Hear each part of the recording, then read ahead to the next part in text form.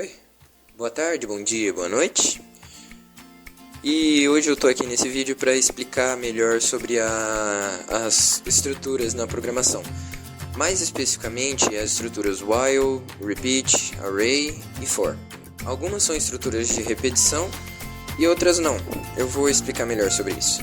Bom, a primeira estrutura ela é o while. O while ele funciona como uma estrutura de repetição que executa o bloco de comandos, o bloco de código, enquanto a condição for verdadeira. E quando ela for falsa, ele sai do bloco e se tiver mais algum while ou se tiver mais algum outro comando, ele executa o resto desses comandos. Senão, ele só executa o que está dentro do bloco de comandos do while. Bom, aqui está uma sintaxe simples do while e aqui está um exemplo de como utilizar o while. Aqui os códigos vão estar em Pascal e esse exemplo aqui ele imprime os números de 1 a 5. Ele primeiro começa dando o valor de 1 para a variável contador. E enquanto a variável contador for menor ou igual a 5, ele vai fazer o que o bloco de comandos está descrevendo. O writeLine ele vai escrever, vai aparecer na tela do usuário o contador e a variável contador. E contador vai receber a variável mais 1. E end. Nisso que chegou no end, o código ele vai se repetindo, acrescentando mais 1 à variável. A variável como contador começou com o valor 1. Quando ele repetir de novo, ele vai somar mais 1 nessa variável, fazendo com que ela tenha valor 2. Então, na segunda vez que ele executar, vai escrever o contador e o número 2 ao invés do número 1 na frente. E assim vai até ser igual a 5. Assim que a variável contador tiver valor 5, o código para. E aqui está a resolução do código da estrutura while. Vantagens e desvantagens. A estrutura while ela é flexível e fácil de se aprender, mas tem que tomar cuidado porque os loops eles podem se tornar infinitos e por causa disso as condições nunca vão ser falsas. Isso vai fazer com que o computador execute o código infinitamente e se você não tomar cuidado, cara, perdeu a máquina. A segunda estrutura que eu vou falar aqui é o for. Bom, ela itera um número específico de vezes a variável. Então é bom saber os comandos de antemão, quais interações e quantas vão ser necessárias ao utilizar o for, para ficar mais fácil de resolver as coisas do problema. Bom, aqui está uma sintaxe da estrutura for. Aí aqui está um exemplo de estrutura de for e como no while a gente vai imprimir os valores de 1 a 5. Bom, para a variável i até 5, de 1 até 5, faça. Ele vai executar o bloco de comandos que está embaixo, que é escrever para o usuário o valor de i a primeira vez que esse código ser executado, ele vai executar como o valor de i é 1. Ele vai encerrar.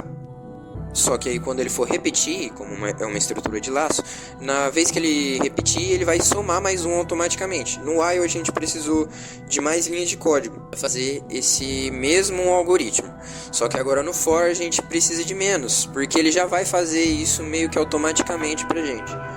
E ele vai fazer isso um número específico de vezes, 5 vezes, de 1 até 5. E aí depois a estrutura vai encerrar e o programa vai fechar.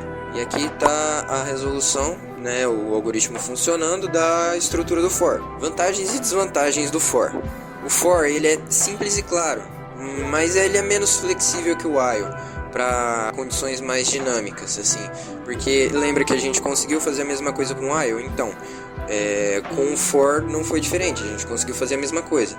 Só que no while a gente vai ter uma liberdade maior disso, porque a gente pode colocar para ele repetir um número indeterminado de vezes. Agora o for não, o for ele vai ser um número específico que a gente determinar. A terceira estrutura que eu vou estar falando aqui é o repeat. O repeat, com os comandos repeat e until, é semelhante ao while. mas ele garante que o bloco seja executado pelo menos uma vez no algoritmo. Enquanto o while ele vai ter a condição de entrada, né? O repeat ele só vai executar, ver se essa condição é verdadeira no final. Aqui está o exemplo de repeat no Pascal. A gente vai fazer a mesma coisa que a gente fez com while e com for, imprimir os números de 1 a 5. A gente começa dando o valor para variável contador, valor 1. A gente vai para o repeat. Ele não tem condição nenhuma não tem condição nenhuma na frente dele. E sim tá lá embaixo no until. Mas se ele pegar uma resposta do usuário, ele vai executar o bloco sem verificar nenhuma condição no começo. Como entrou no repeat, ele vai executar o bloco de comandos que está escrito no exemplo. Writeline, o contador e a variável contador é igual a contador mais 1, variável mais 1, porque ele vai repetir isso enquanto o contador for menor que 5, como está mostrado aqui no until. Nisso, ele vai ir somando da primeira vez, ele vai escrever para o usuário o contador é 1. Na segunda, o contador é 2, e assim ele vai acrescentando mais um valor, a variável contador, até ele atingir o número 5. Aí o programa encerra e fecha. Aqui está a resolução do exemplo da estrutura do repeat. As vantagens e desvantagens de se usar o repeat. É útil quando você precisa garantir a execução inicial do bloco de código, mas toma cuidado para evitar loops infinitos, igual o while. Igual eu falei, se acontecer algum loop infinito, você pode correr o risco de até perder sua máquina. Estrutura 4. Array. Por fim, a gente vai falar das arrays. As arrays ela é uma coleção de elementos do mesmo tipo organizados de forma sequencial na memória. Então ela vai ser meio que uma caixinha de ferramentas, né?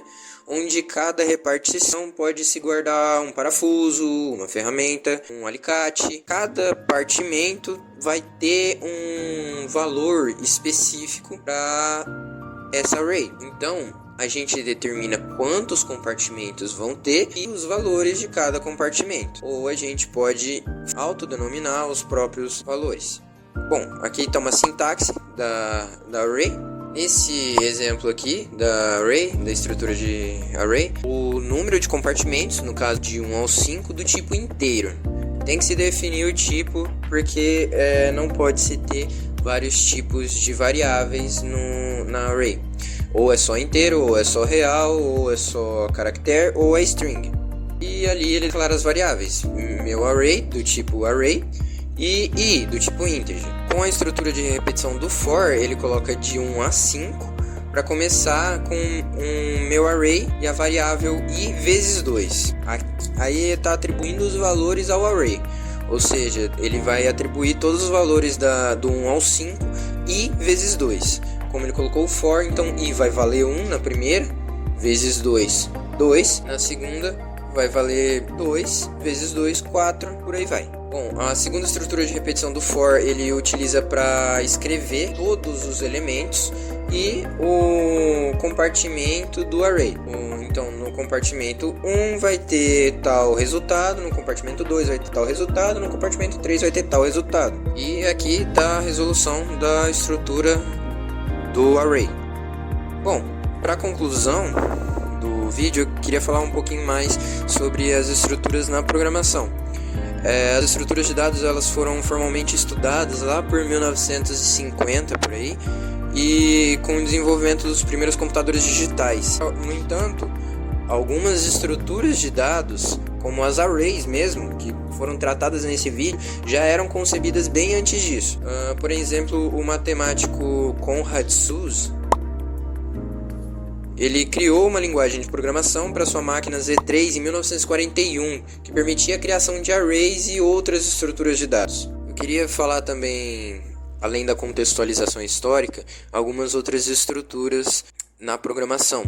Além da estrutura de dados, que a array, né, tem várias outras, tem também as estruturas de controle, as condicionais, as de switch e case. As condicionais são if else e as de switch e case são respectivamente switch e case. Ambas selecionam e executam código baseado em condições para executar um bloco. Só que ao contrário das estruturas mostradas nesse vídeo, elas não repetem, não se repetem, elas executam uma única vez e depois encerram o programa. Bom, como conclusão, é isso. Eu queria agradecer por ter assistido até aqui. E olha, eu até que gostei de fazer esse trabalho. Até mais. Professor, um recado pra você que estiver assistindo, tá? Pode não ser o professor, sei lá. Mas eu queria muito ganhar um MB por isso. Olha o que a gambiarra, brasileiro é complicado, né? Olha a gambiarra que eu tive que fazer pra segurar o meu celular nessa pose linda que vocês viram. Eu usei meu boneco do Max Steel e ele caiu umas 3 vezes. Eu tive que regravar tudo de novo.